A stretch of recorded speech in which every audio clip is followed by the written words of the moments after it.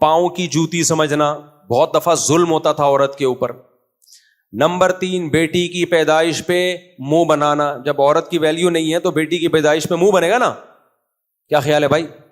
Number 4 غربت کے خوف سے بچوں کو قتل کر دینا کہ کھلائیں گے کہاں سے، ہمارے پاس کھانے کو نہیں ہے، یہ نیا مہمان آ گیا، کیونکہ الٹرا ساؤنڈ کے ذریعے پہلے ان کے لیے ممکن نہیں تھا کہ کیا ہے، اور حمل ضائع کرنے کے طریقے ان کو معلوم نہیں تھے، تو اب جب ہو گیا تو ہو گیا، اب آ گیا تو آنے کے بعد شارٹ کر دو اس کو، سمجھ رہے ہو؟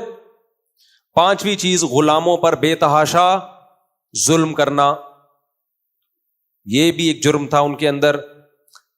6ٹھی چیز یتیموں کا مال ہڑپ کر جانا، سگے بھائی کی ڈیتھ ہوئی، اس کا بچہ یتیم ہے، تو اب چونکہ وراثت کا کوئی پوچھنے والا نہیں ہے تو چاچے مامے مل جل کے کیا کھا جاتے تھے؟ بچوں کی وراثت، اور اب بھی کھا جاتے تھے۔ آج بھی الحمدللہ اللہ نے بہت سے لوگوں کو اس میں بڑا نوازا ہے، میرے پاس کیسز آتے ہیں، باپ کا انتقال ہو گیا، چاچا ساری وراثت کھا گیا۔ ایک صاحب نے پرچی لکھ کے دی تھی مجھے کہ آپ نے کہا ہے بیان میں کہ سب کچھ کھایا کرو، تو میرے چاچا ہماری وراثت کھا گئے۔ آپ کا بیان سنتے ہیں وہ شوق سے کہہ رہے تھے سب کچھ کھایا کرو، تو اس لیے ہمارے چاچا ہماری وراثت کھا گئے۔ تو قرآن مجید نے ان ٹاپکس کو بہت زیادہ ہائی لائٹ کیا ہے۔ پوری سورہ نساء اللہ نے نازل کی ہے ویمن رائٹس کے لیے، خواتین کے حقوق کے لیے۔ ایک نوالا کھانے کی بھی اجازت نہیں ہے۔ اور قرآن کے الفاظ دیکھو، جب قرآن یتیموں کے حقوق کی بات کرتا ہے نا، یتیموں کے حقوق کی، قرآن کی موٹیویشن دیکھو، وَلْيَخْشَ الَّذِينَ لَوْ تَرَكُوا مِنْ خَلْفِهِمْ ذُرِّيَّةً ضِعَافًا خَافُوا عَلَيْهِمْ۔ اللہ رشتہ داروں کو کہہ رہے ہیں، انگریزوں کے ہاں تو رشتہ دار اب ہوتے ہی نہیں ہیں، ان کو پتہ نہیں یہ آیت ہم کیسے سمجھائیں گے۔ تو جو رشتہ دار ہیں نا، رشتہ دار سے کون مراد ہے؟ چاچے مامے، چاچے مامے۔ اللہ ان سے کہہ رہے ہیں کہ دیکھو، اگر تمہاری موت واقع ہو جاتی، ابھی تو تمہارے بھائی کی ڈیتھ ہوئی ہے، تمہارے کسی ریلیٹو کی ڈیتھ ہوئی ہے، اور اس کے چھوٹے بچے ہیں، اگر تمہاری موت واقع ہوتی اور تمہارے چھوٹے بچے ہوتے اور ان کے سر پہ کوئی ہاتھ رکھنے والا نہ ہوتا، تو تمہارے کیا جذبات ہوتے؟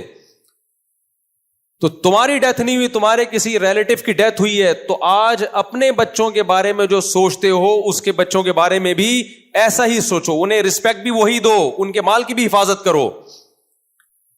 صحابہ نے اس آیت پر ایسا عمل کیا ہے نا کہ عرب میں جس یتیم کی کفالت کرنے والا کوئی نہیں ہوتا تھا، مال کھانے والے بہت ہوتے تھے، آج تک سعودی عرب میں اس کے اثرات ہیں، 1400 سال گزرنے کے بعد بھی۔ ہمارے استاذ بتاتے ہیں سعودی عرب میں بہت رہے ہیں، وہ 36 تو حج کی ہوں گے انہوں نے، بچپن سے حج کرتے چلے آ رہے ہیں، بہت رہے ہیں عربوں میں۔ کہتے ہیں میں نے یہاں عربوں میں دیکھا کہ کوئی بچہ یتیم ہو جائے تو اس پہ اتنا خرچ کرتے ہیں، اس کو بگاڑ دیتے ہیں، سمجھ رہے ہیں نا، سارے خاندان والے اس کے ساتھ اچھے سلوک کی کوشش میں لگے ہوئے ہوتے ہیں کہ بھائی جنت کمانے کا موقع ہمیں ملے، دوسرا کہتا ہے ہمیں ملے، بے شک وہ عربی کیا کچھ کر رہا ہوگا باہر سوسائٹی میں، یعنی یتیم کا آپشن نہیں چھوڑتے۔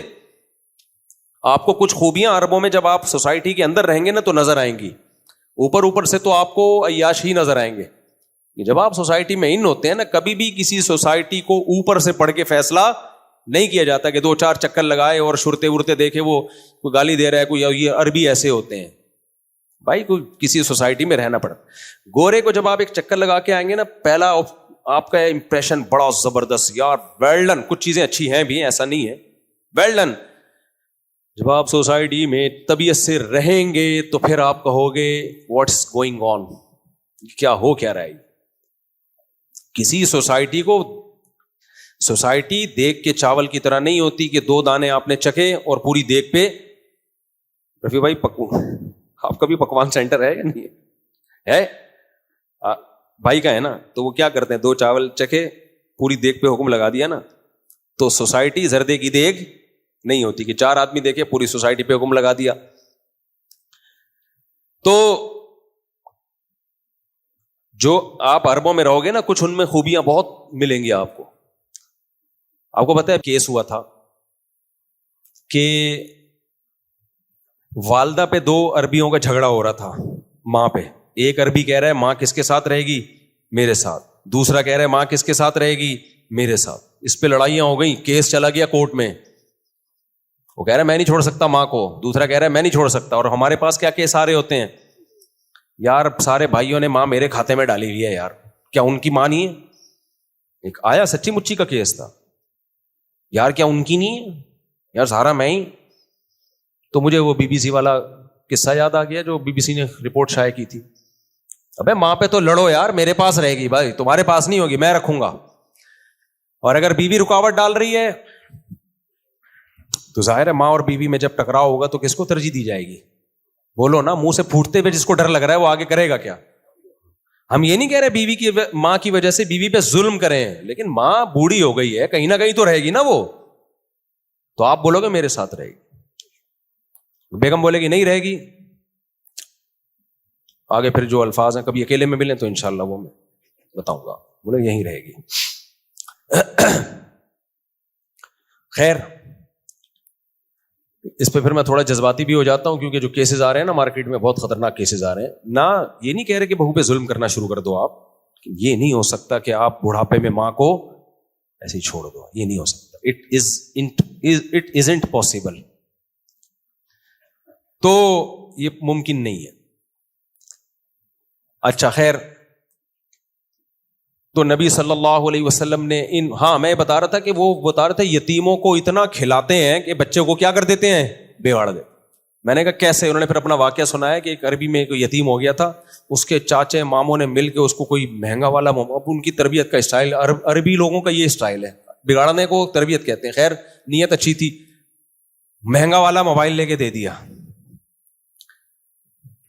بڑی گاڑی لے کے دے دی اس کو, تو بگڑے گا نہیں تو اور کیا ہوگا, خود سوچو.